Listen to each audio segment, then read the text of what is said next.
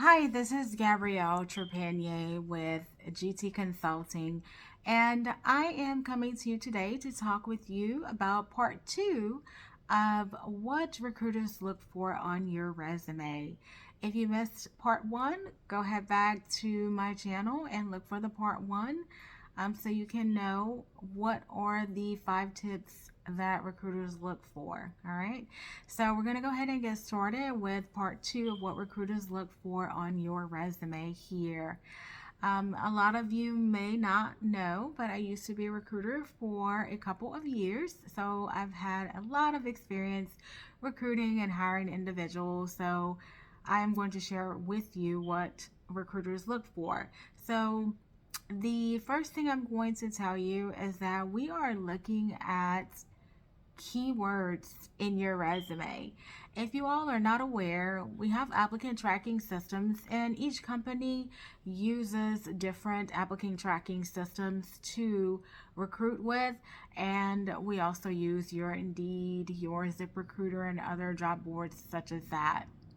Well, there are particular keywords that we look for, and we put those particular keywords in the job descriptions that you see when you are looking for work. So you need to make sure you are putting those keywords that are in there into your resume so you can beat the applicant tracking systems. So really think about what your job entails and what particular key skills that will be needed for your job and input them into your resume if you are not using a certified resume writer. Okay. The next thing that we look at is the companies that you've worked for. The reason why I say that is because we know who our competitors are. And we want individuals that have worked for our competitors because they have an idea of how things work at their company. Um, and so we feel like they would be a great fit, especially if they've always worked in that particular industry as well. So we usually look for individuals that have worked in those particular industries. I remember when I used to recruit for a lot of sales positions with marketing and also dealing in retail. Well, I would look at individual resumes for particular keywords that I knew that was needed to do the job in retail.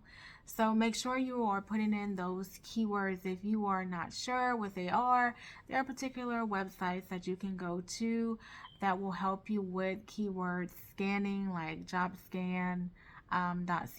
You can check that out if you haven't heard about that. Okay. The other thing that we are going to look at on your resume is the software. So, what do I mean when I say software? I ask clients this all the time. What particular software did you work in at this job? What were you inputting your customer service notes into if I'm working with someone in customer service? Or what banking software did you use if I'm working with someone who is a teller or someone that is a loan officer? There's particular software that you use to do your job every day. Well, that needs to be listed on your resume. And a lot of people will not list these things because they don't think about it. But as a former recruiter, I can tell you that it is, in fact, it is important. Because we do searches by keywords on particular software that we are looking for. So make sure that you are inputting that software into your resume. The next thing that we look at is your contact information. Make sure that you have your phone number on there, that you also have your email address on there. I have had individuals who have had terrible email addresses. And that will stop you from, getting a call if your email address is unprofessional. So do make sure that you are doing a professional email address in your contact information. We also look to see if you're keeping up with the trends You no longer put in your physical address on a resume. Now you just do the city, state, and zip code. So make sure that you are keeping up with the trends of what's going on with resumes, because that speaks a little bit about you as well. So make sure you are doing that on your resume.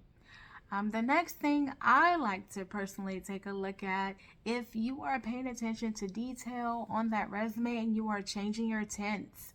So, what do I mean by that? It's basically where you are no longer at a job, but you're still talking in present tense. You still are using training with ing instead of trained.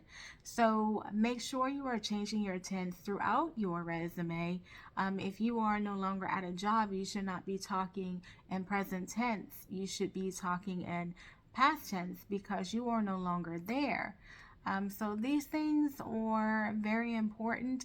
Um, Especially if you are going for a position where you have to be very detail oriented, so that speaks volumes about certain things about you. Okay, so those are my tips for your part two of what recruiters look for on your resume. My name is Gabrielle Trepanier, and I am the owner of GT Consulting. If you have any questions or comments, please leave them below, or you can inbox me as well.